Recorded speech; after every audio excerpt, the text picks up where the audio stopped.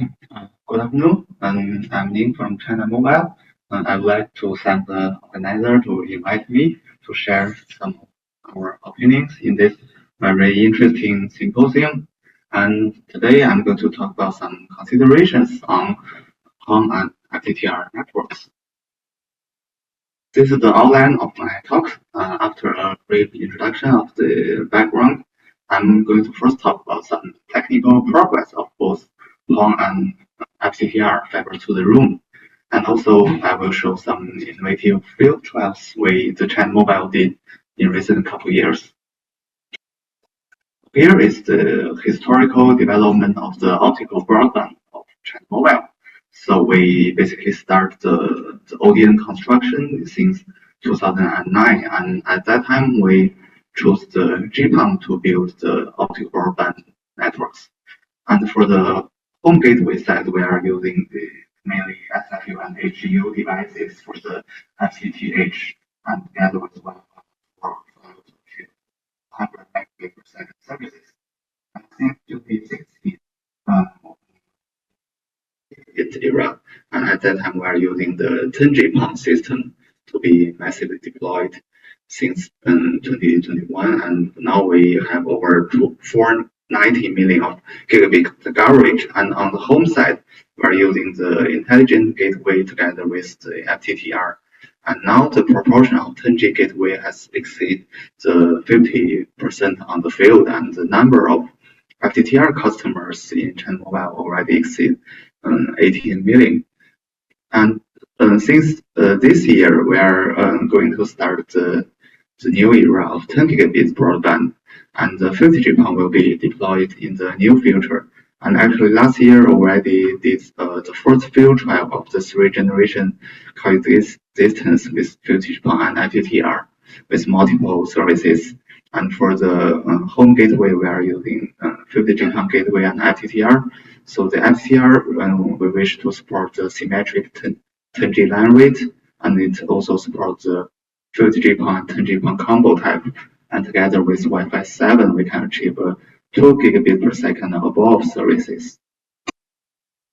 And as just mentioned, the ITOT are working on a document called ION 2030, which just finished its first version last month in the SG15 plenary meeting. So here are some features of the next generation optical network, including transport and access network is in this figure. And for the bandwidth side, the access means 10 gigabit per second and beyond access capability. And another feature is low latency. That means the deterministic low latency that supports some services like cloud VR and industrial control. And also about the reliability, which means the network slicing and hard isolation that can provide an end-to-end protection and service guarantee. And if we look at the key technologies for the access network, the first one will be the ultra-large bandwidth. That means the VHSP will support the service capability of at least 200 gigabit per second in each direction. And also the FTTR and Wi-Fi speed need to be upgraded correspondingly. And also another important technology is the multiple dimensional sensing. That means on the PON side, we need to support the ODN sensing for the fault diagnosis and environmental sensing. And in home section, we will need some LiDAR or camera leverage by the Wi-Fi. And also we will need the coordinating management. That is the SFU should be act as a central measurement element, and it can forward the measurement configuration to the SFU directly from the OLT. And as the basis of the next generation network, the 50G PON and FTTR are working together to improve the network bandwidth, latency, coverage, and also the slicing capability. So the first factor, 50G PON, we need to evolution from 10G to 50G PON and accelerate the industrial maturity. And on the FTTR side, we will need first the evolution from 2.5G to symmetric 10G FTTR, and at the same time, we need the evolution from Wi-Fi 6 to Wi-Fi 7. And then another important factor is the coordination between PON and FTTR. That means we need to provide an end-to-end centralized management and control. And we need also some novel PON, FTTR, Wi-Fi integrated sensing technology to support some new services. Now I'm going to talk about the recent technical progress. So the 50G PON is the optical basis of the 10 gigabit optical access system. So there are several new requirements of it. The first one is the power budget, because in the PON system we always using the at least the channel mobile always using the class C plus ODN, which means there's a 32 dB power budget required. And also in 50G PON, there are many new transmission effects such as dispersions, fiber nonlinearity. We need to solve it. And another one is the coexistence. That means the three generation GPON, 10G PON, and 50G PON need to be supported in the same PON port through WDM technology. Another is the low latency and slicing. That is for industrial PON services, which support deterministic low latency and guaranteed experience. And also next we have the FTTR management. That is the centralized control with a higher efficiency, where the ORT can directly manage both MFU and SFU through the OMCI. And the last one is the requirement of multidimensional convergence. That means the network they need to combine with computility, intelligence, and sensing. Here is the overall progress of the 50G PON technology. On the ITOT standard side, we are working on it since 2016, and in 2021, the first version 50G PON global standard G.9804 series consented and published, and in the subsequent years, we also add some amendment to finish it. And for the industrial progress, in chip side, the type of the Mac chip now is ORT side are mainly ASIC chip, and on the ONU side, we need some further evolution from the FPGA to the ASIC to improve the overall performance. And in 50G PON, we are employing the LDPC decoder and encoder to improve the BER threshold to the 2 times 10 to the minus 2. And for the optical module, the type of pluggable optical module are now mainly QSFP type, and also we need some further effort to improve to the SFP type. And the power budget, so far the asymmetric system can achieve class A plus no problem, but the symmetric system, only a few vendors can reach class A plus. And on the system side, the ORT already supports 3-generation combo system, but in ONU side, currently there's no 10G and 50G PON combo yet, and we are working on it. And also we noticed that many vendors has provided the new 10 gigabit ORT platform that can support a higher line card bandwidth. Yeah, just as Nokia also released one, don't you already mentioned.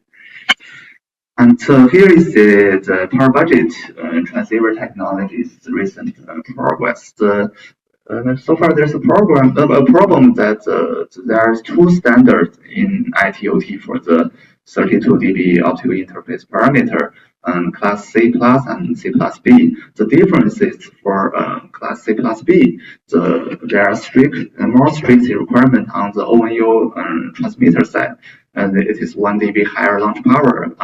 At the same time, on the ORT receiver side, the sensitivity was released by 1 dB. And it's the same for the class N1. There are two choices.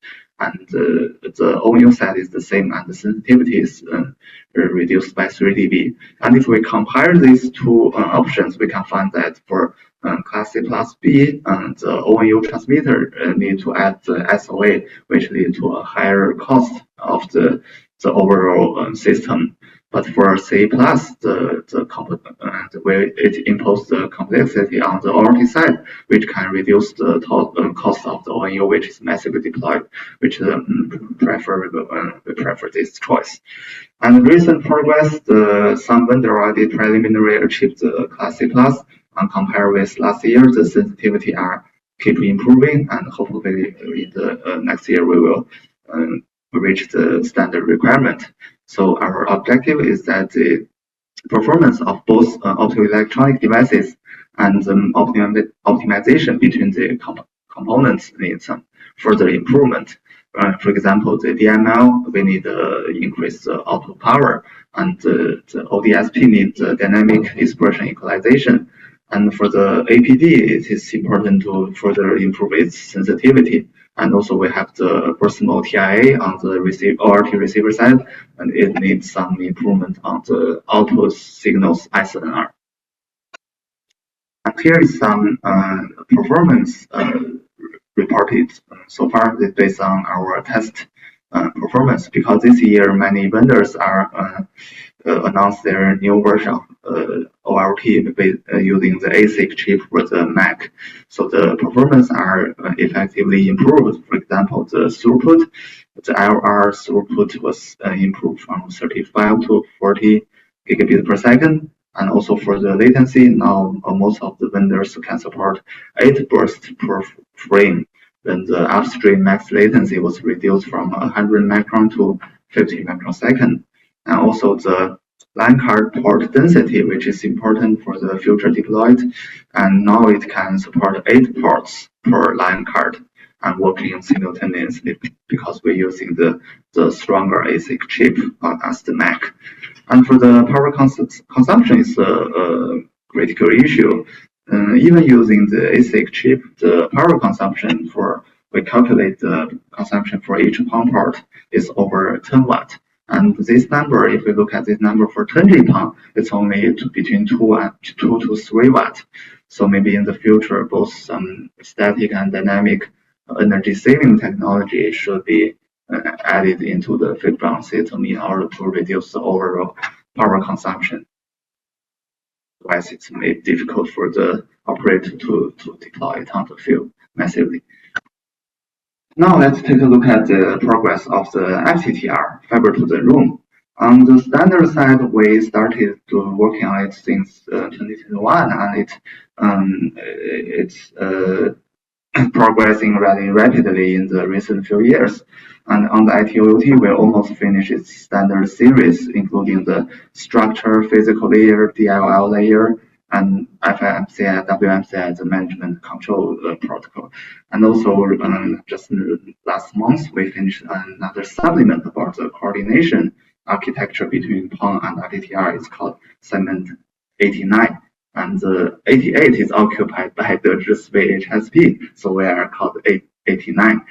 And for the progress on the industry, we can see for 2.5G FTTR, their chip are mainly SoC type, and for 10G FTTR, there is still some FPGA protocol prototype.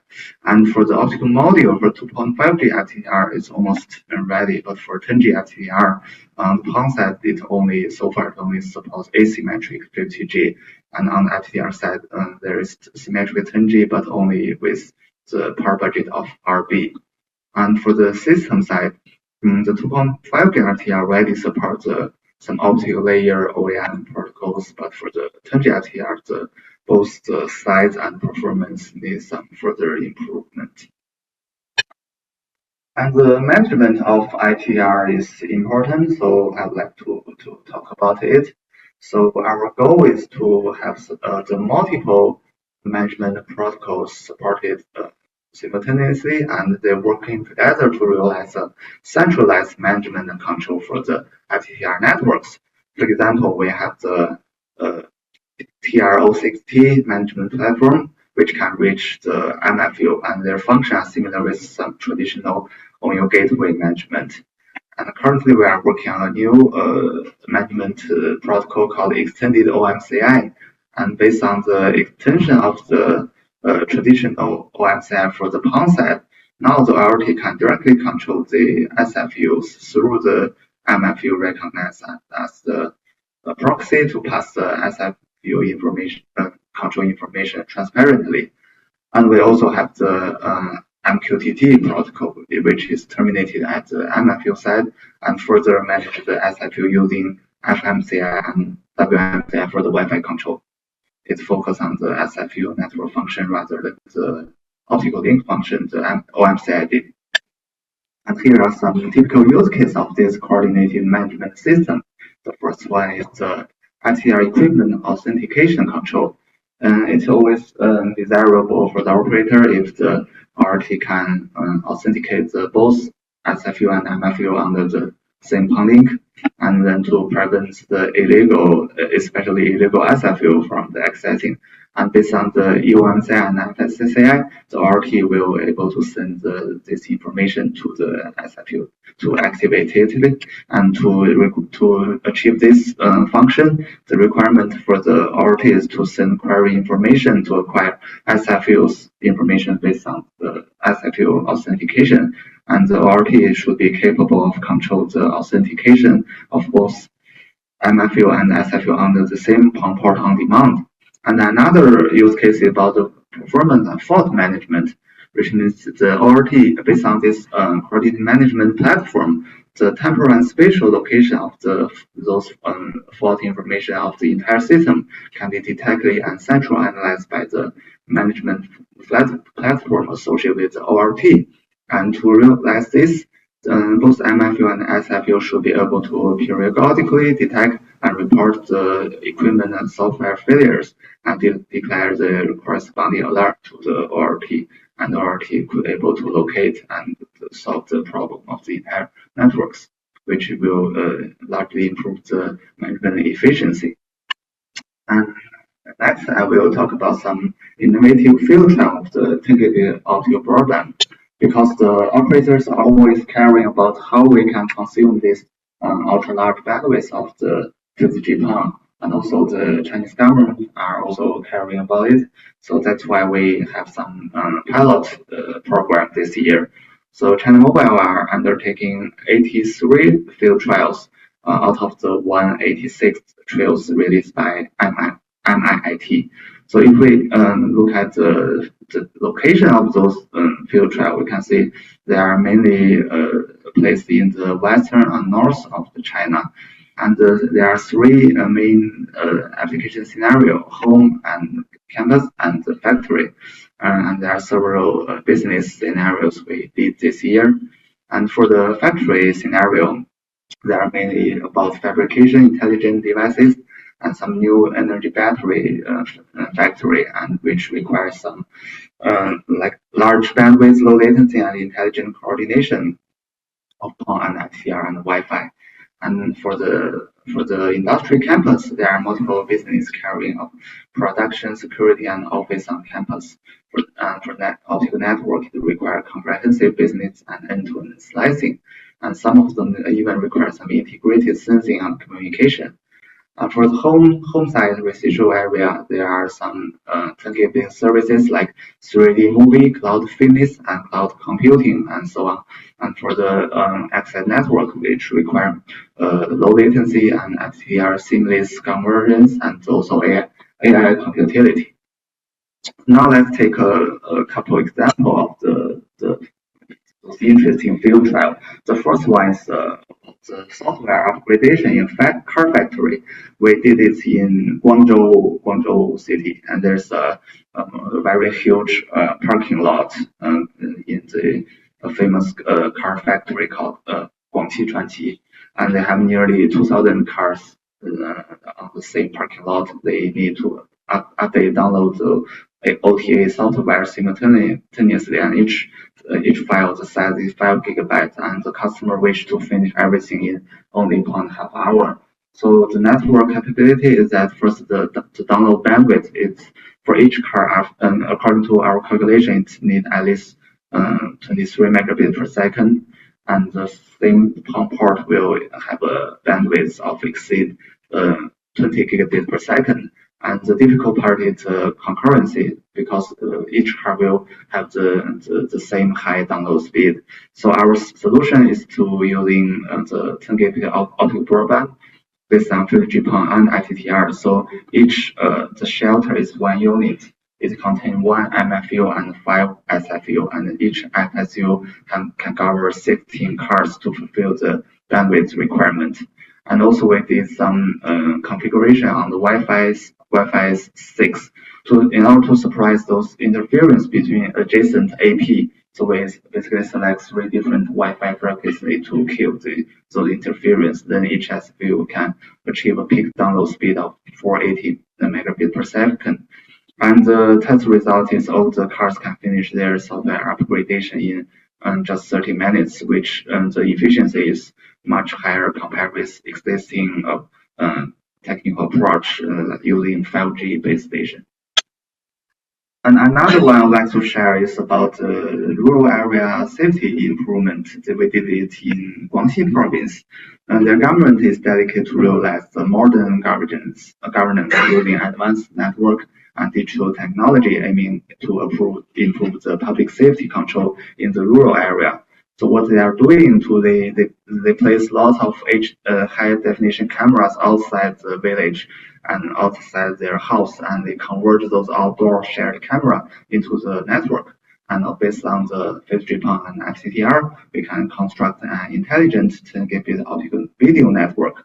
So based on the China Mobile's intelligent video and analysis platform, with the help of some AI algorithm, it can detect the potential threat in real time. So for the network requirement, the first one is the bandwidth, because each single full view camera requires upstream of bandwidth of 130 megabit per second. So the total upstream service bandwidth of single PON port will extend it 10G. And also another one is network slicing, because there are multiple types of camera online simultaneously, and we need to establish a dynamic network slicing capability to isolate those shared camera from the existing indoor cameras.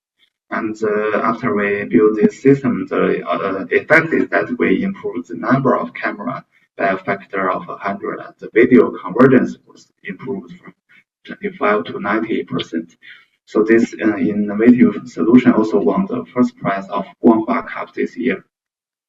And that's it. And for the summary, the 10 gigabit optical broadband era is coming. Both 5G PON and FTTR are the technical basis. And for the 5G PON, it's almost ready, but some still endeavors I need to require to keep improving the system performance to meet the commercial use requirements. And also FTTR is important, so we need to accelerate the technical research and standardization of 10G FTTR, and also the coordinated management of FTTR, and maybe in the future collaborating with AI to enhance the 10 gigabit service capability. And that's it. Thank you very much. Any questions?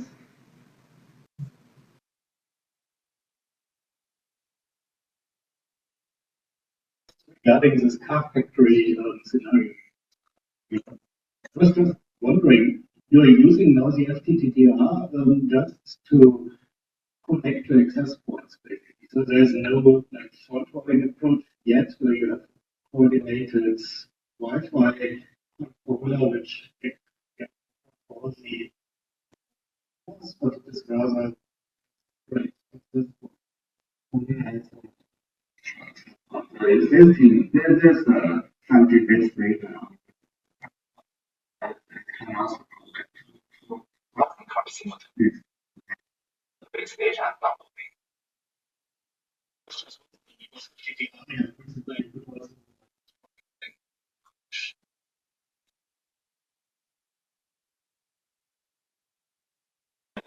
consider it in future.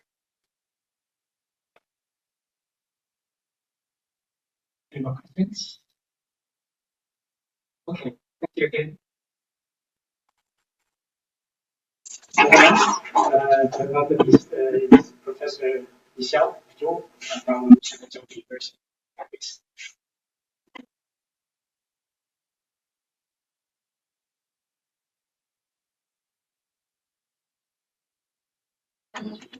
Introduction and thanks from Telecom on this special event and provide individuals to discuss the recent advances in optical access networks. I'm Li Xiaozhu from Shanghai University. Today I'm going to talk about changes in technology. Here I will provide a perspective from the mathematical community to focus on the research enabling technologies in the physical layer of coherent PON. And group, so I would like to acknowledge their contribution. In the outline of my presentation, first I will talk about the evolution of the PON standard, and then I will talk about three challenges in coherent PON. The two for the upstream, I will talk about the burst mode detection and the digital current, direct current linkage. And for the downstream case, I will talk about the flexible and the low cost reception. Finally, I will give a brief summary of this talk. And this figure summarizes the evolution of the passive optical network standards. The vision of these points may be not very accurate. The trend is accurate. So we can find that from GPON to 10 GPON to 50 GPON, the data rate of each generation of passive optical networks are scaling at more than 4 times per generation. So the next generation data rate of the next generation passive optical network is envisioned to be 200 gigabit per second. So there are for previous passive optical networks, IMDD optics are widely adopted, but for the 200 gigabit second data rate, it becomes a challenge. There are two main aspects. First is power budget, because if we double the baud rate, in theory, the receiver sensitivity will be degraded by 3 dB. And for the coverage, there will be a dispersion-induced power fading. If we double the baud rates, the penalty from the dispersion will be quadrupled. So this will be cannot be ignored even at the low band for beyond 100 gigabaud operation. So coherent optics are attracted increasing attention for the recent years. And this figure shows the basic structure of the coherent receiver. It contains the local oscillator, laser, 90-degree optical hybrid for balanced photodiodes and for analog to digital converters and digital signal processing blocks. And there are 4 main advantages of using this coherent detection. The first is improved sensitivity, because the received photocurrent is proportional to the product of the signal S and the local oscillator L. And so the BT gain will further improve the receiver sensitivity beyond the direct detection. The second one is its capacity, because in coherent optics we can use the phase and polarization diversity, so there will be 4 dimensions to encode the information to the user end. So the capacity will be quadrupled. The third point is it's extended coverage, because the optical to electrical mapping is linear, which is different from IMDD, which follows the square law detection. So the linear system, we can use receiver side digital processing to compensate for the dispersion at the DSP. So it can extend the coverage from about 20 kilometer to 80 kilometer for metro and access convergence. And the fourth point is its enhanced flexibility, because for coherent detection, it's a color detection. So we can tune the wavelength of the local oscillator to select and detect the target signal band without using an optical filter. But there are also some challenges to transition the coherent detection from long haul to PON, because for optical access networks, we need to reduce the cost. And for long haul, there's mainly a point-to-point system, and in PON, there is a point-to-multipoint system. So we need to enhance the flexibility. Now let's look at the first challenge. It's called the burst mode detection in upstream. This figure shows the frame structure in IMDD optics. There are actually 3 functions to be done. The first, in the hardware aspect, we need to perform automatic gain control to align the power level of the signals from different ONUs. And in the digital signal processing, we need to recover the clock and perform the frame synchronization. But the situation becomes more difficult, more complicated for coherent detection, because if we use the phase and the polarization diversity to encode the informations, and in the presence of laser phase noise and frequency offset, the I and Q components will be mixed with each other, and there will be polarization rotations. So in the DSP, we need to compensate for the frequency offset, the laser phase noise, and the polarization rotations. So there will be more impairment to be addressed in the offline receiver side DSP in coherent receiver. And there is a pioneering work done by Professor Jun Zhang when he was still at Cable Labs. He designed an efficient preamble to perform burst mode detection. Here is his preamble. It includes three parts: preamble A, preamble B, and preamble C. Here, preamble A is used for clock recovery, which is the same as in MDD optics. And here, the preamble B has three functions: the frame synchronization, polarization rotation, and the frequency offset estimation. And afterwards, they use the preamble C to perform channel equalization. And if we look into this preamble design, the key point is to use conjugate symmetric symbols.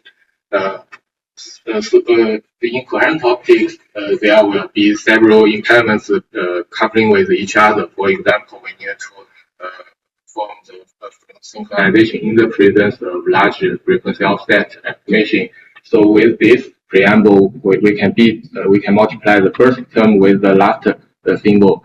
Since there in this way, the phase rotation caused by the frequency offset will be a constant, so we can perform a reliable frequency synchronization. And in the second stage, we can divide the first symbol by the next block symbols, because the time interval is constant, so we can estimate the frequency offset after synchronization. And for polarization derotation, he proposed time interleaved preamble on X and Y polarizations, so they can estimate the polarization state before the channel equalization, so it can accelerate the convergence speed of the equalizer. And the takeaway message of this result is that with a efficient preamble, the performance of a burst DSP has almost no penalty compared with continuous DSP, and it can support long-term operation of coherent detection. And in Shanghai Jiaotong University, Professor Chunbi Zhuge's group, they also proposed efficient preamble using the CZAC sequence. Here, CA means constant amplitude, and ZAC means zero auto correction. So it has three features of this sequence. First is it's zero auto correction, so it is ideal for frame synchronization. And the second property is transformation invariant, so it is tolerant to some channel impairments, such as phase rotation and polarization rotations. And the third point is it has in the frequency domain, it has a flat spectrum, so it can be used for frequency domain equalization or channel estimation. And in this way, we can achieve a short preamble length of only 400 symbols. In comparison, in the ITU-T standard, they will use more than 3,000 symbols as a preamble. But I think there is actually a trade-off between the preamble length and the reception performance. But the message, the results can give us some confidence that we can use hundreds of symbols that is sufficient to recover the signals in coherent system. And in the hardware aspect, there will be another challenge, because in a passive optical network, there are multiple optical network ONUs sending messages to the OLT. Some ONUs are placed near the OLT, and some ONUs are far from the OLT, so they will have different powers for the OLT to receive. So this work comes from PI Labs. They use SOA located at the transmitter side of ONU. It has three functions. First, it can compensate for the insertion loss of the IQ modulator, so it can have a much higher launch power, and it can enhance the power budget of these passive optical networks. And the second function is that it can adjust the operating current to adjust the power level of each burst from different ONUs. So it can, in the optical domain, control the signal levels and power leveling. The third function will be coupled with the second challenge called the DC leakage. Because if we do not want to switch off the lasers, we can use the SOA as an optical switch to turn off the signals for the TDMA and to eliminate crosstalk from the operating ONUs. And another interesting way is the local power adjustment. Because in IMDD optics, to achieve burst mode detection, traditionally we use the electronic burst mode TIA. It is the most straightforward way, but the challenge is that for burst mode TIA, it is hard to achieve a multi-level electrical signal amplification with good linearity. And in coherent optics, another way to amplify the signal in the optical domain, we can use the optical amplifier with a gain control. But more important, a new degree of freedom in optics is the local oscillator, which is absent in IMDD systems. The key point is that the output photocurrent is proportional to the product of the signal and local oscillator power. So for the larger signal, we can use a small local oscillator power, and for the ONUs far away from the OLT, where signal are very small, we can use a very large local oscillator to balance the receive the electrical signal. So this work from Fudan University can achieve a very large dynamic range, more than 13 dB for 200 gigabit, 400 gigabit. Then I will talk about the second challenge in upstream. It's called the DC linkage. This figure shows the mechanism of this source of the DC leakage. It is a unique problem in coherent PON. We can start from IMDD PON. For IMDD, it's a colorless detection. It means that if no matter the signal after square law detection of PD, the optical signal will map to the baseband at any optical wavelengths. But in coherent optics, we need to align the central wavelength of the signal and the local oscillator. But if we here we assume TDMA coherent PON. If we want traditionally we switch off the lasers of each ONU for the TDMA. But in coherent optics, when we switch off and turn on this lasers, there will be a large wavelength drifting. So it will be difficult to detect the optical signal within the electrical bandwidth of the coherent receiver. So a solution is to do not turn off the lasers, but turn off the electrical signals. But the problem is that for practical IQ modulators, they will have a limited extinction ratio. So there will be, although the signal is turned off, there will be a small residual optical carrier.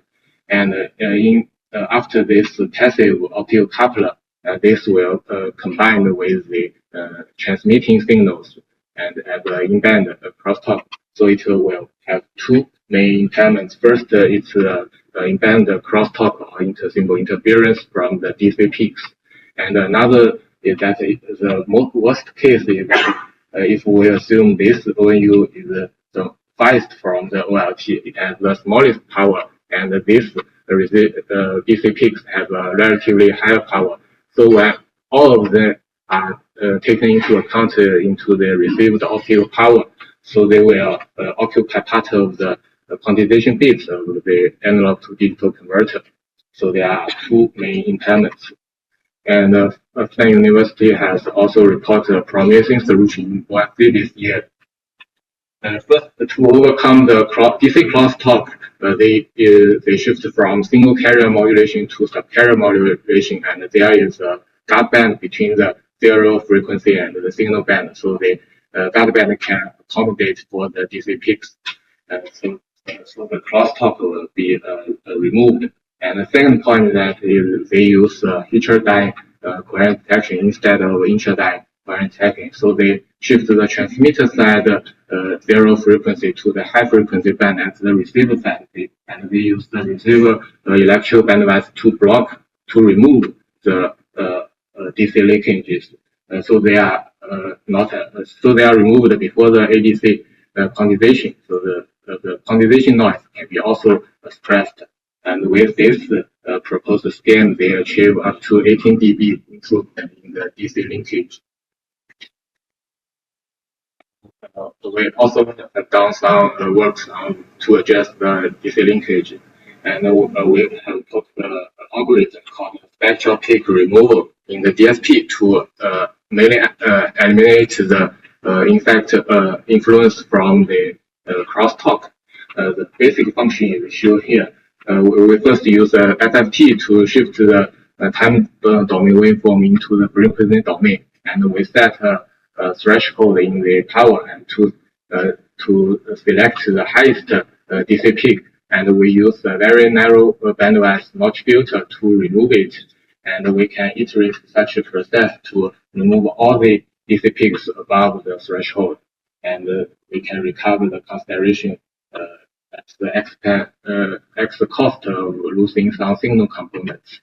And we also done some experimental results. Here we define a key metric called the DC to signal power ratio to characterize the power of the DC linkage relative to the signal. So we can, with this algorithm, SPR algorithm, we can achieve about 10 dB gain in the DC linkage tolerance.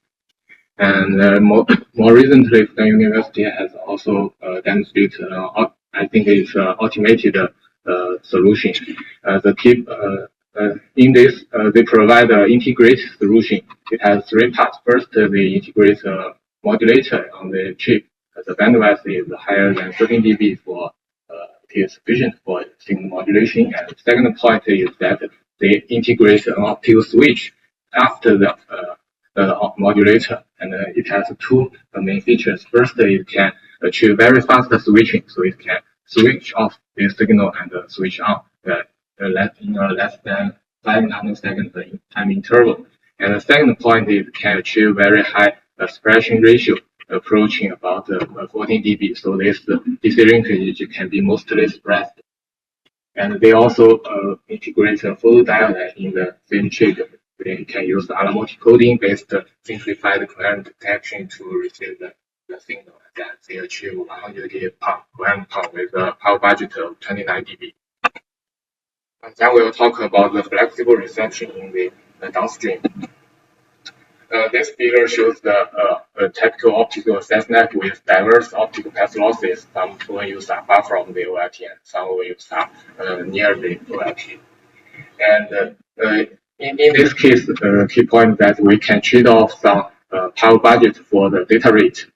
So the first work were done by the university. They define a performance metric called the DRNRP, dynamic range, and net rate product.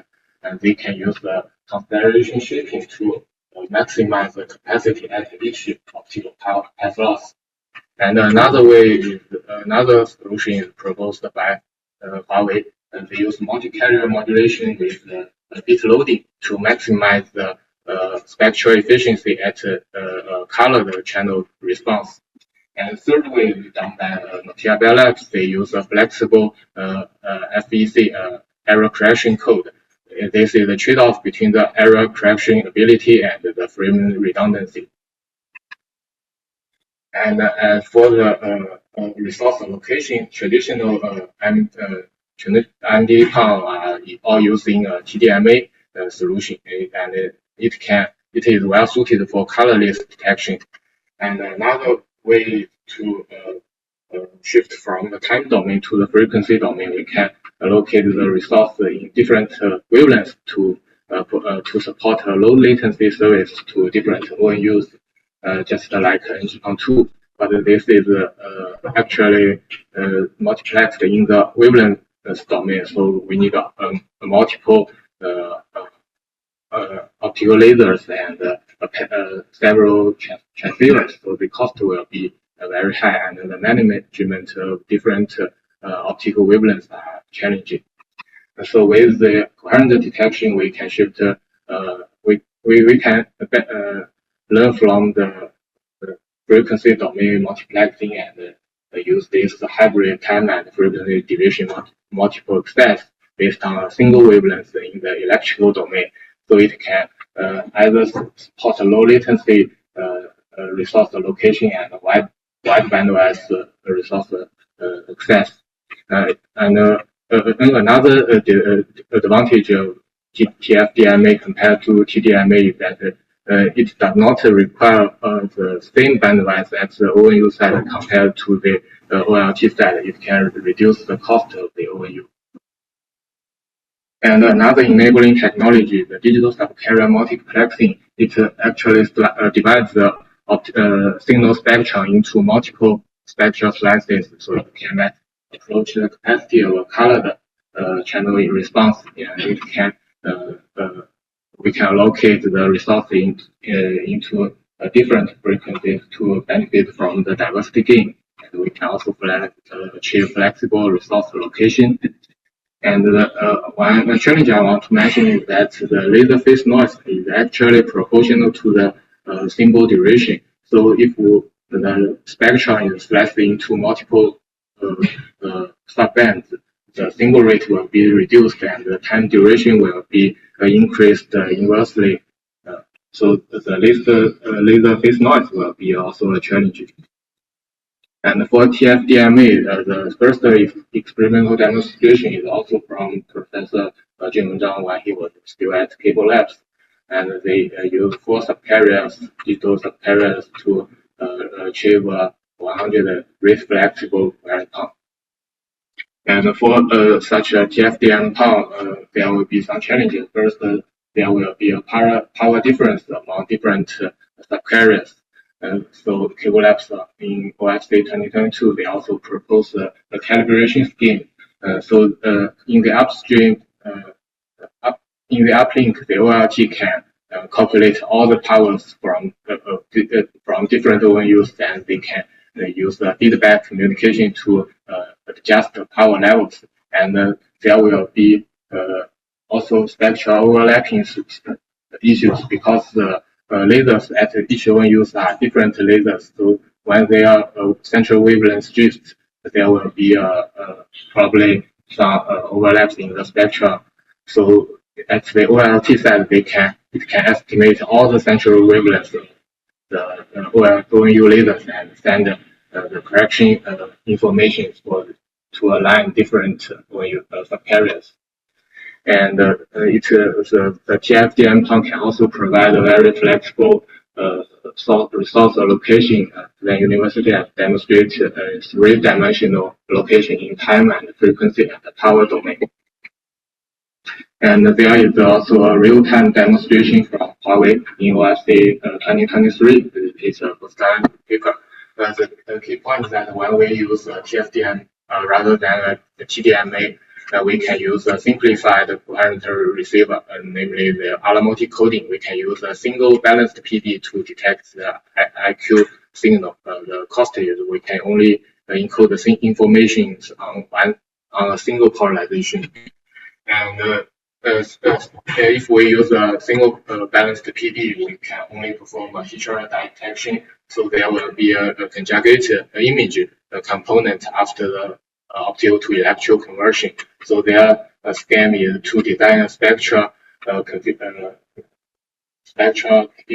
They leave a blank subcarrier not modulated with information and transmit it together with 4 subcarriers. And at the ONU side, they can tune the central wavelength of the loop oscillator to at the edge of each subcarrier to separately receive each subcarriers, and they build a real-time system to achieve upstream 100 gigabits per second and downstream 200 gigabits per second using single digital to analog converter and analog to digital converters. And recently in this year, we have collaborated with ZTE and demonstrate flexible reception using a simplified OU. The key point of the receiver structure is this polarization diversity feature die receiver. It compared to the alarm multi-coding based solution, we can double the data rate at cost of using an extra photodiode. And in the spectral configuration, we actually found that if we only use one blank subcarrier, there will be first, due to the limited extinction ratio of the practical IQ modulators, there will be a residual carrier at the zero frequency. And after feature detection, the inner subband will overlap with the residual carrier. So here we use two blank subcarriers, and the cost is about 20% extra transmitter bandwidth. But the benefit is that we can such a configuration can achieve flexible reception. We can receive each single subcarrier or two subcarrier or three subcarrier or four subcarrier at linearly increase the receiver bandwidth requirement.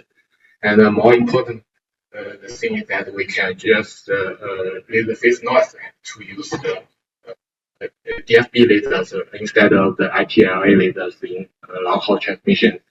And here we compare two existing laser phase noise tracking schemes. First is time domain parallel singles.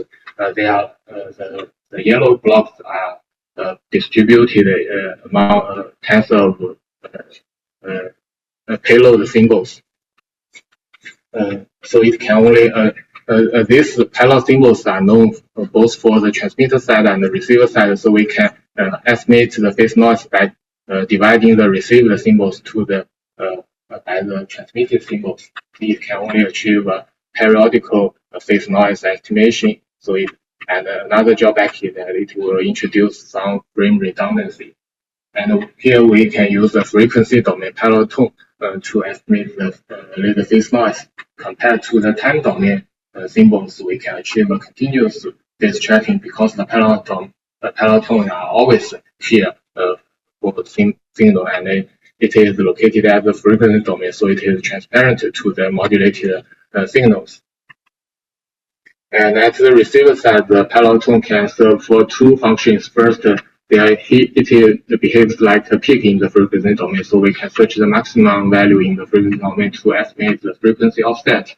And then we can use the digital bandpass filter to extract the parallel tone and to estimate the phase noise and compensate it in a signal modulation format transparent way. Here are some results. First, we to achieve a rapid signal recovery, we use a block based FFT to estimate the frequency offset. It has been found that 400 symbols are sufficient to achieve a stable converged BER performance. It is because even use a small size FFT, there will be residual frequency offset, but it will be regarded as the laser phase noise and compensated in the CPR stage. And we also use a preamble both for frame synchronization and channel equalization. We found that about 100 symbol length is sufficient for frame. Okay. And we also use this preamble for channel equalization. Overall, we found that 500 symbols are sufficient for all the impairment estimation and compensation. And here I want to emphasize that in this experiment, we use a 1 megahertz line with DFB laser and compare the performance with 100 kilohertz ECR lasers. And this shows they recover the constellations. There is almost no penalty, except for the corner points. There will be a residual phase rotation. And we also demonstrate the single carrier and all subcarrier reception. The power budget can be more than 22.5 dB. And let me summarize this presentation. For the upstream, in the DSP level, we need to it has been achieved that we can use efficient preamble design to perform fast signal recovery, and in the hardware level, we can use the SOA and the local oscillator to balance the signal levels. And for the Dixie linkage, we can move it before the receiver or use additional optical switch to suppress this DC linkage. And for the downstream, we can use TFDM with simplified ONU to achieve rate flexible and low cost reception. That's all my presentation. Thanks for your attention. This is a really difficult one. Okay, any questions from the audience? Okay, let's give us a break before we start the panel discussion section. I will invite everyone to come to the front. Let's take a group picture. Okay, 5 minutes. A break. Everyone, come.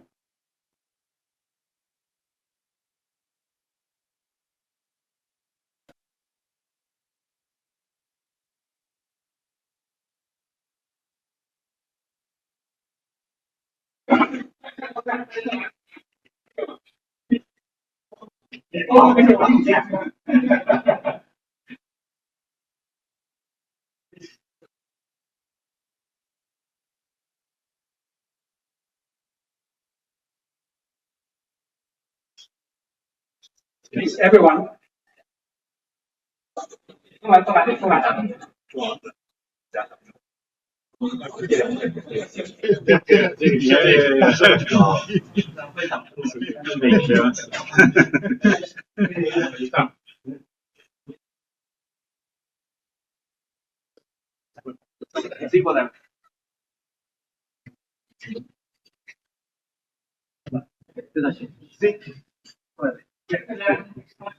Closer. We have closer. Never mind.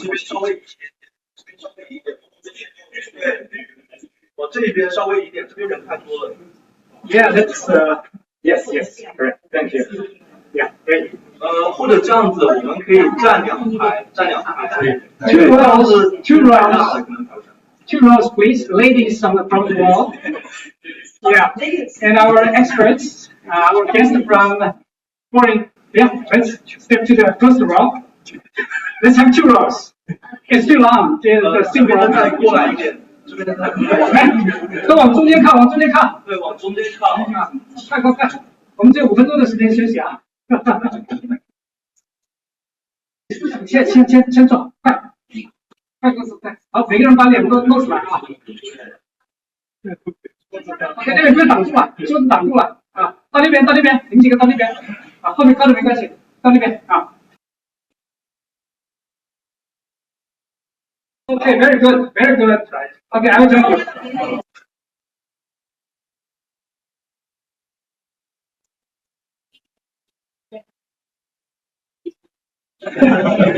OK， 好，大家一起看这边，3、2、1。茄，大拇指，哎，那个，茄，来一张，最后一张，保持一下，3、2、1。好，好，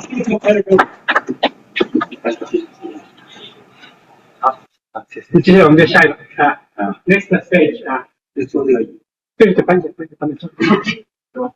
我们把那个。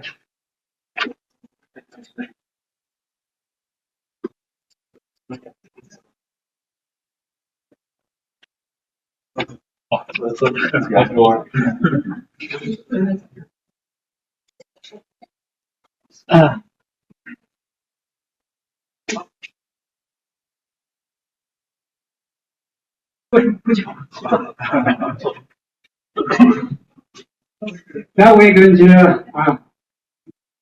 enter the interactive part.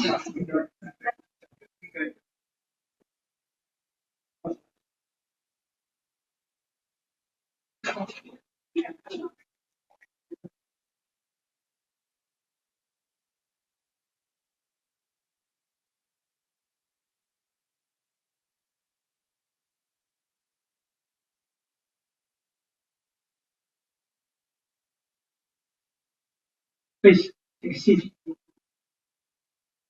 Okay, I feel this probably is the most information-intensive session I attended recently. Thank you for your high-quality presentations. We talked about the state of standardization, state of applications, and the state of research, right? And also some interesting experiences on the device side, on the vendor side. So now we're going to enter the second stage, which we have quite some questions to ask. And also, we have some questions from online. So in the course of this panel, we're going to accept questions interacting with online audience. Okay, let's get started. And so our first part is about the first question for every one of you is from your unique perspective, what is the single most significant trend shaping optical access networks today? Is it application? Is it higher bandwidth? Or is it network architectures like FTTR convergence? What is it from your perspective?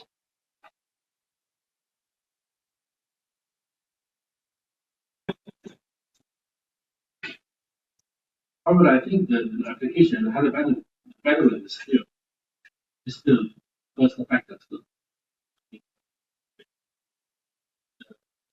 I think that the general sense of the application is very originally in the 10 years, originally 10 years ago. So, it's okay. Now, in the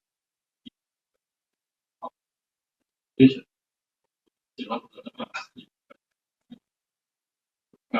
actually scope. And also in some efficiency improvement. If you have to choose one, Yeah. what is that? Bandwidth, right? Bandwidth still. Okay. Yeah. Actually, I agree with the that bandwidth is the most important one because from GPON to 10G-PON to 8G-PON, there are always the bandwidth hunger services driving the evolution. And also there the second important factor is the coverage. Because the PON system, there are always a large speed ratio, 1/64 or even larger. And also today we also have the ACPR to further improve the coverage to each room in the house. So yeah, that's what out of my mind. Yeah, I think from a vendor's perspective, if you think about selling devices, I think the application scenario can be outlook. That is why the first release of Nokia 50G PON is targeting enterprise children. Maybe there are more opportunities there to try to fight the evolution.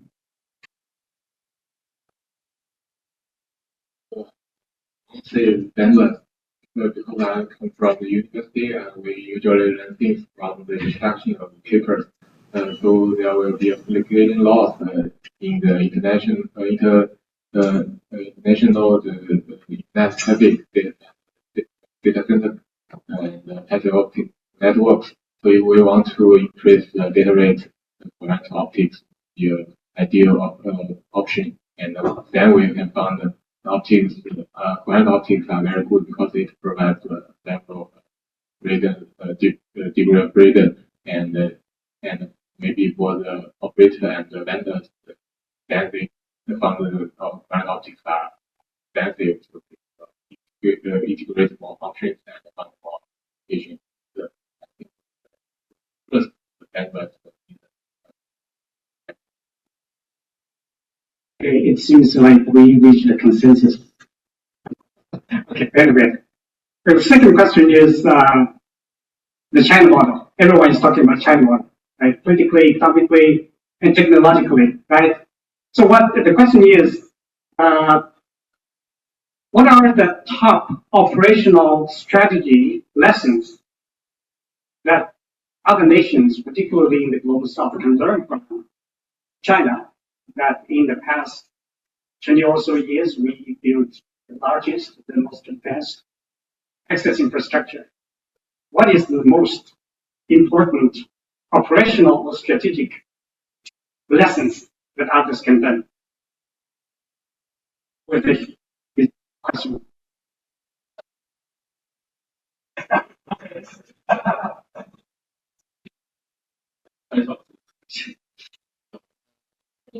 China traditionally will everyone knows that's the one lesson that if you want to be richer as a builder.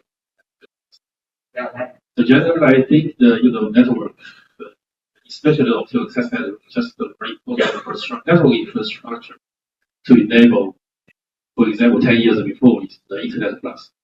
A lot of the Internet applications generally actually could be recommended. And now I think it's the AI. So still, I think that the biggest lesson that I think China, especially not well, generally, because I think we believe most of us know that FTTH covers the construction not only driven by vision or even synthesis. That's right, but also we still have very strong drive. So that is also this is the balance, the trade-off between network infrastructure and also the service running. And then you make the whole society to be more applications, more economics. So that is also, I think that's a good example as well.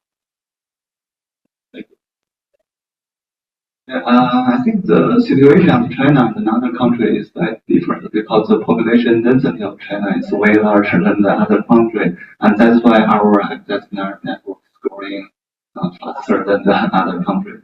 And also, if we want to give some advice, I would like to say to try to use the most advanced technology on the field, because from the GPON to 3GPON, the line width was increased by a factor of 4, and from 10GPON to 50GPON, it increased by a factor of 5. So at the time of 10GPON, end of 10GPON, we have two choices, 25G and 50. So our company decided to choose 50GPON because it's for the long-term consideration. Maybe one time of investment, we can keep it for a really long time. And that's why we're always choosing the most advanced technology to deploy on the field. Maybe that's something even the developing country could consider it. I can actually answer it first. Let me ask the question. The question is about the leapfrog opportunity. Well, a lot of countries are still building, right, in the process of reaching a saturation to a certain point, and some others may be upgrading. So the question is, for countries with underdeveloped infrastructure, does the Chinese model suggest that they should leapfrog directly to the best PON? Your point, right? Rather than starting from GPON, what is the pros and cons?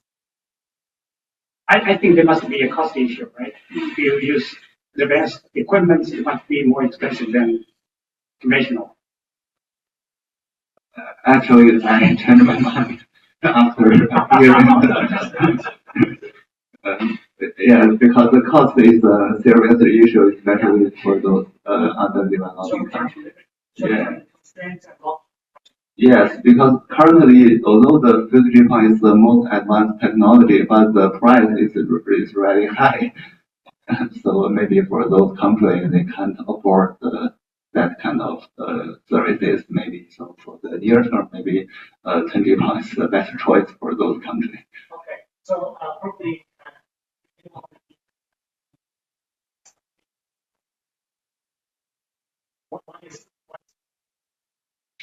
Can deploy some commercial. Maybe you know the number. The first difference. Very good.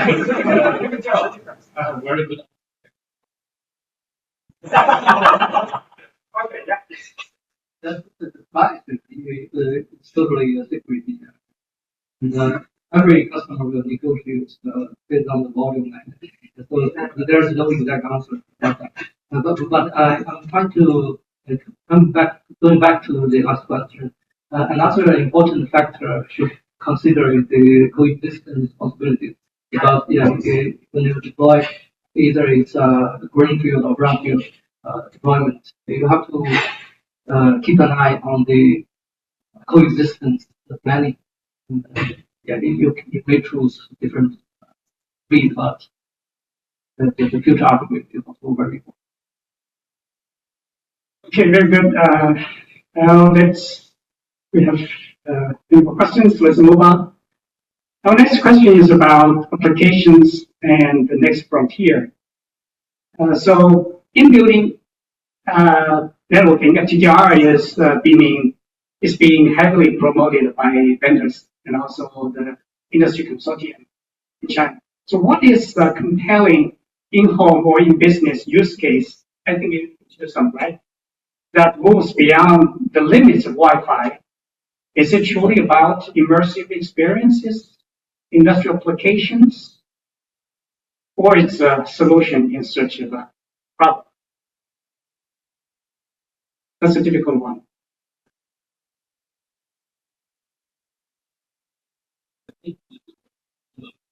FTTR and Wi-Fi they are not competing each other. Just to complement each other. Yeah, I think these two technologies we just build the Wi-Fi the connection abilities just on top of the FTTR, and we use it together. So they are not the competitors. So I think especially China, the Chinese building the rooms, you have virtual several things in your home, and basically a lot of the Chinese buildings are anyway. So the Wi-Fi sometimes just with only one home gateway is not so sufficient. This is why the FTTR is quite so popular in China. Well, because if you look at the America, even the Europe, was the house probably is built. So with one Wi-Fi or with one home gateway, so Wi-Fi connection quality is still quite good. So that is why also why FTTR. Another thing is that not only for the residential factories, Wi-Fi, especially that make more sense. Give you one example, especially for the one school.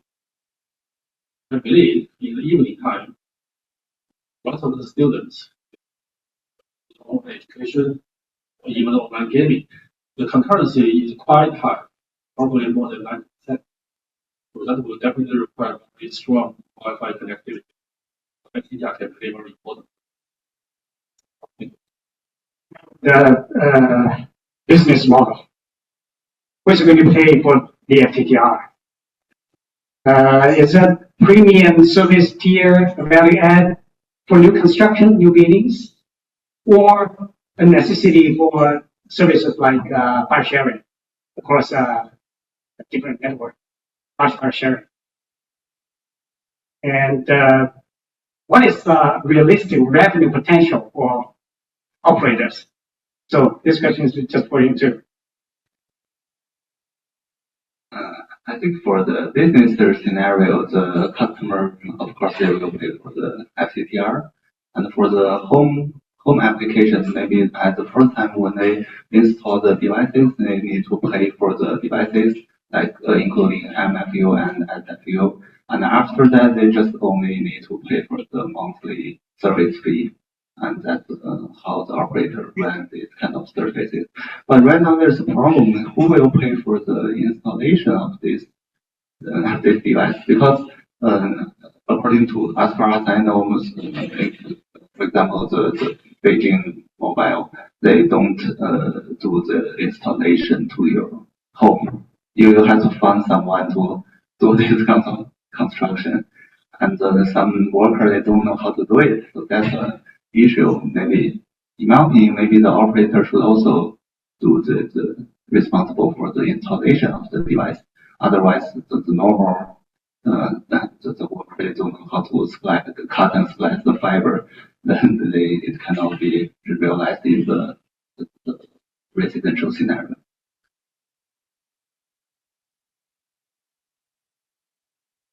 The first question you asked is who will pay for that FTTR? I would say that also what kind of the way.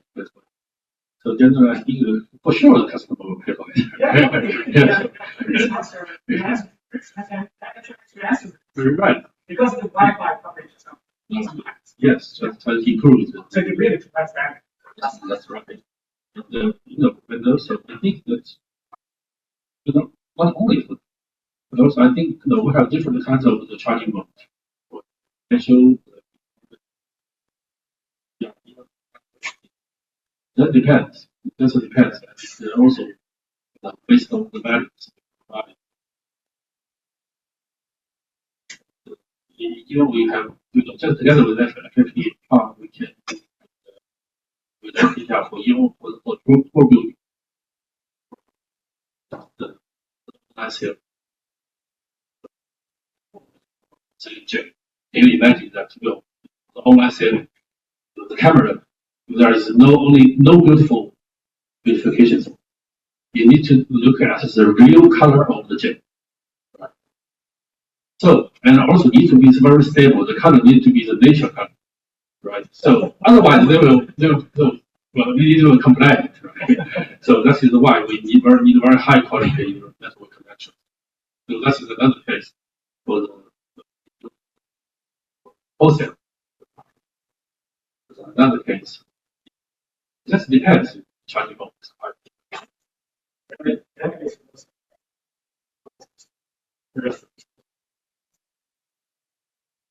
Next question is FMC. So FMC has been around for a while, right? So is FMC finally happening at scale? How critical are advanced PONs for the economic deployment of 5G advanced and 6G small cells? How important is advanced PON for the next generation mobile access networks? I can say not so popular in China. I have to say that. We discussed a lot in the past. So, fortunately, so the biggest FMC is just to take the important of the grid and also the metro network and the backbone network carry the whole traffic. I don't know, probably some experience can be shared by President Zhu.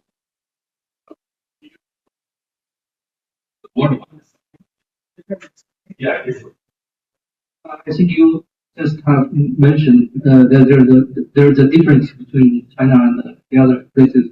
Because in China, I think the laying fibers are more acceptable.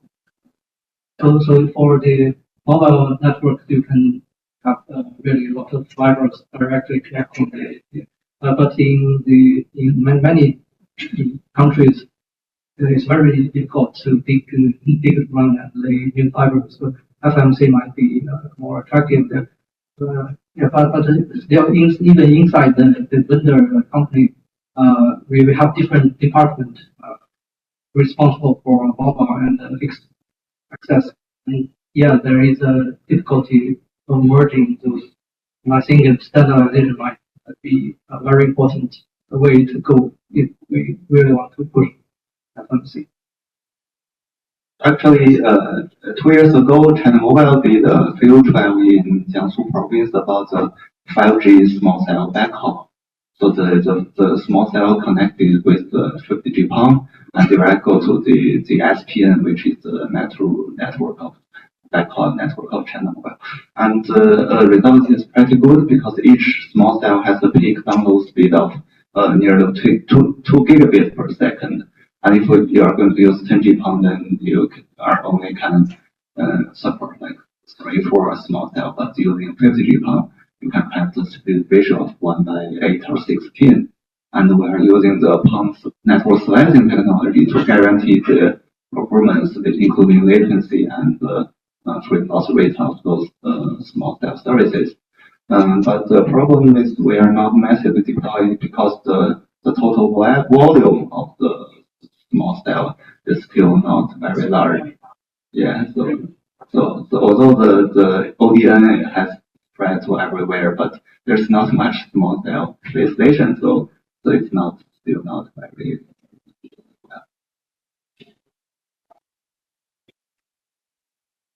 From the technical point, I think the fixed mobile convergence actually relies on the radio fiber interface.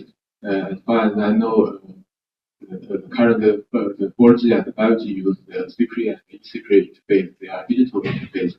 And for PON, they also use the digital communication.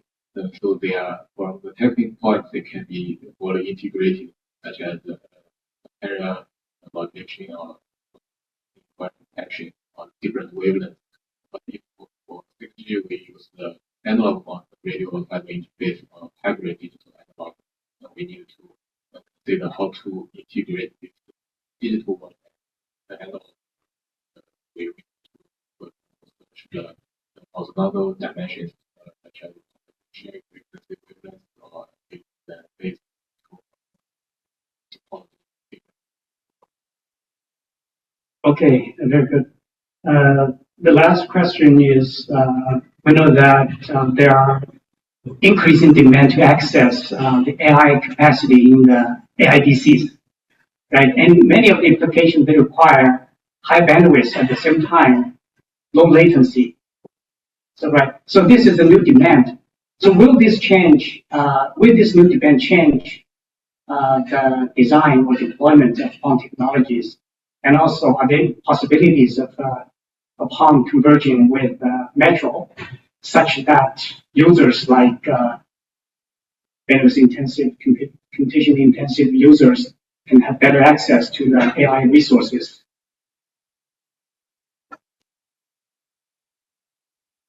Okay. Probably I can start. Yeah. And just like my presentation, I introduced the flexible access.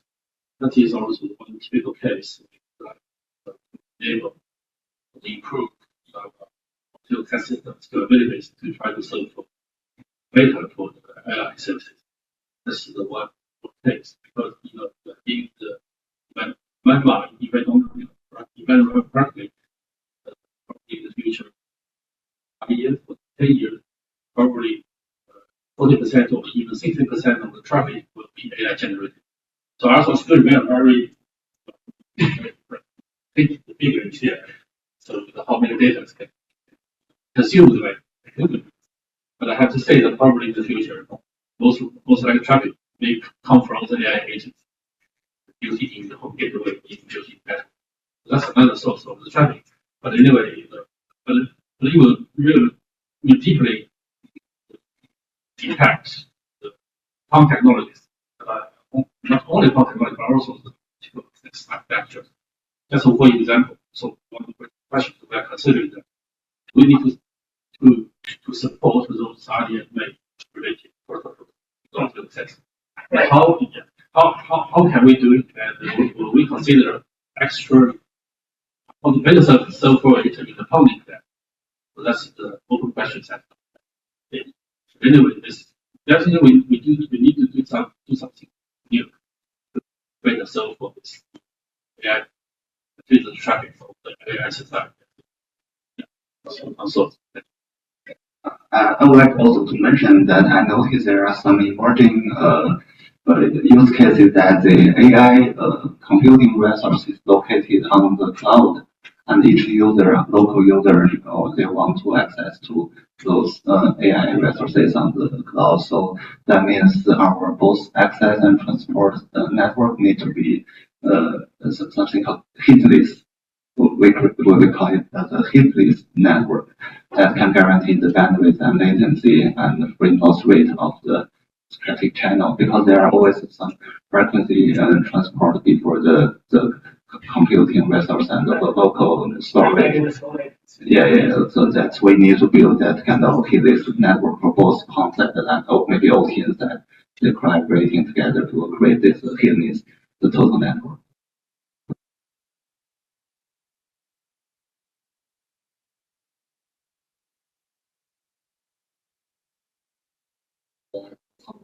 Still from the technical point, with current detection, the version is not the issue, so we can then carry the PON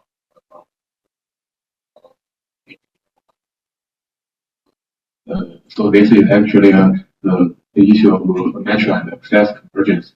And for AI related applications, the challenge I think is the latency. If we want to deliver the information from data center to metro and to the access users, we need to go from optical to electrical conversion and electrical to optical modulation. So if we use the optical rodent, we can combine with digital subcarrier and the coherent detection, we can select and route the device the optical signals from directly without optical to electrical and optical conversion. It will be complete. Okay, very good. Next, about standardization. Since we have limited time, I just ask one question. The question is about symmetry. And many applications demand high upstream bandwidth. So that's very different from conventional PON applications. So what are the current state of standardization in terms of symmetry access networks, and what are need to be done in the future? I believe we always do. Okay. You see, well, in the past, well, the GPON, we do have the symmetric GPON standardized specification.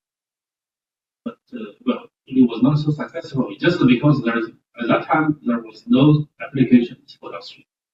Yeah, right. So that is why we deployed asymmetric GPON at that time. But now if you look at from the tagging PON era, you will see XGS PON and tagging PON, the both asymmetric. Well, at the beginning, asymmetric and symmetric, the cost obviously at the OU side. Yeah. So we just need the ORT side will support the dual rate capabilities to enable the two kinds of the OUs coexisting. But then if you are the residential customer and the video service is upstream, then use asymmetric cheaper. And if you're a business customer and you want to have, for example, like this line, something like that, definitely you can have the symmetry. A little bit higher, but expensive. Okay.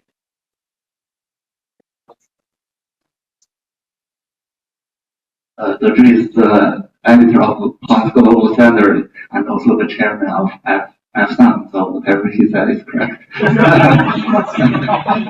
And also, as operator, we always wish ORT stack to be compatible with both symmetric and asymmetric OU. And for the OU side, so it depends on the customer's demand, so they can choose to use the cheaper.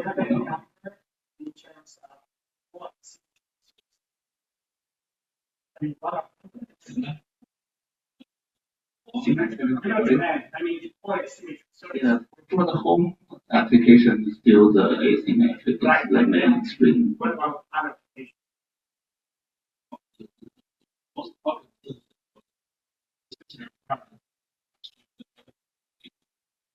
For those small and medium. And even for the online sales, I just think that also.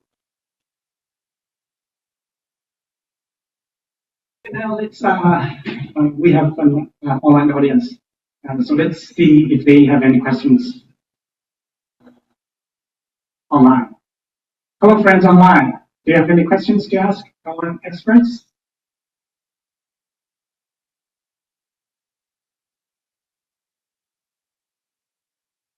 If you have any questions, you can unmute your mic and then you can ask your questions.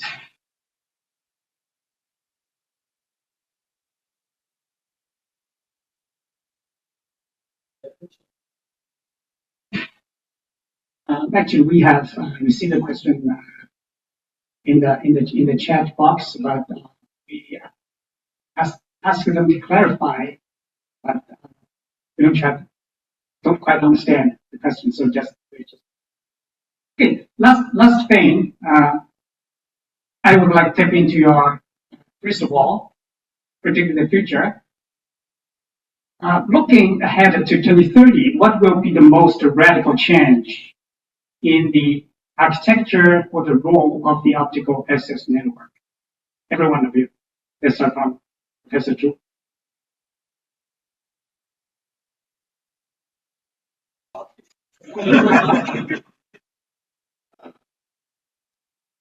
Regarding the 5 years later, maybe the architecture of the cascaded point-to-point structure, I think, is the critical change. Because right now the number of FTTR deployed on the field is, we have some of them, but still not much. And now we are working on the coordination between management between PON and FTTR and also some related technology. So I believe the future access network is still a two-stage point-to-point, the PON side and the FTTR side. So coordination between those ideas, something. Information centralized management. Yeah. That's a very different paradigm. Yeah, actually, I'm happy with the idea of that standard also. Yeah.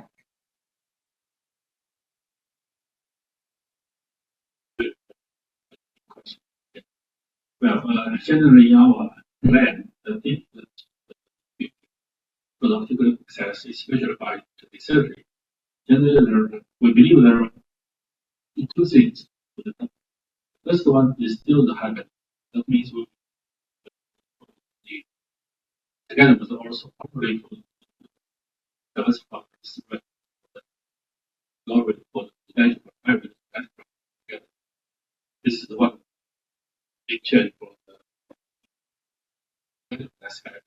The second one, I would like to see the AI technologies will heavily impact the architecture and also device function, the optical test device functions.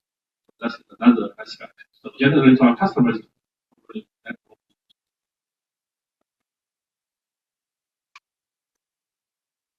I think I just going to echo the Drew's comment. And because I think it's not a prediction. I can't predict but hope is that AI will, yeah, that is the AI maybe is a bubble now, but 5 years later it still goes on, and there are real changes that the number of AI agents will explode, and that will bring some real traffic requirements and drive the PON for higher bandwidth level.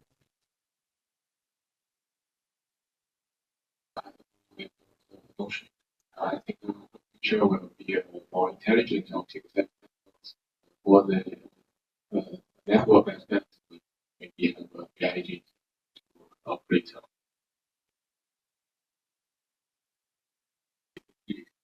by finding the integrated testing and communication in the optical layer is also okay. So if we this technology is integrated to technology, we can put the other monitoring for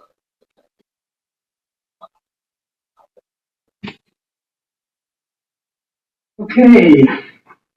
I think we are almost on time by this longer than expected. Let's again big applause to our guests. I think we have a very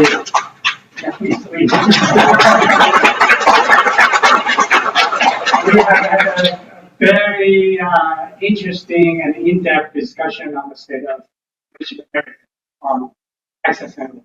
It's great. Okay, and also thank every one of you who participated in this event, and also again our thanks to some Telecom for the sponsorship of this event. Thank you.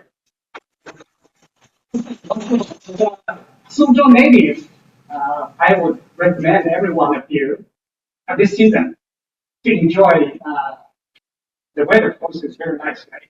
And also at this season of the year, we have a very special type of fish, the furry crab that is raised in the water of this area. It's really tasty. So everyone, if you come from outside Jiangsu, outside Shanghai, you must try that. And enjoy your stay in Suzhou. Okay, that's it. Thank you.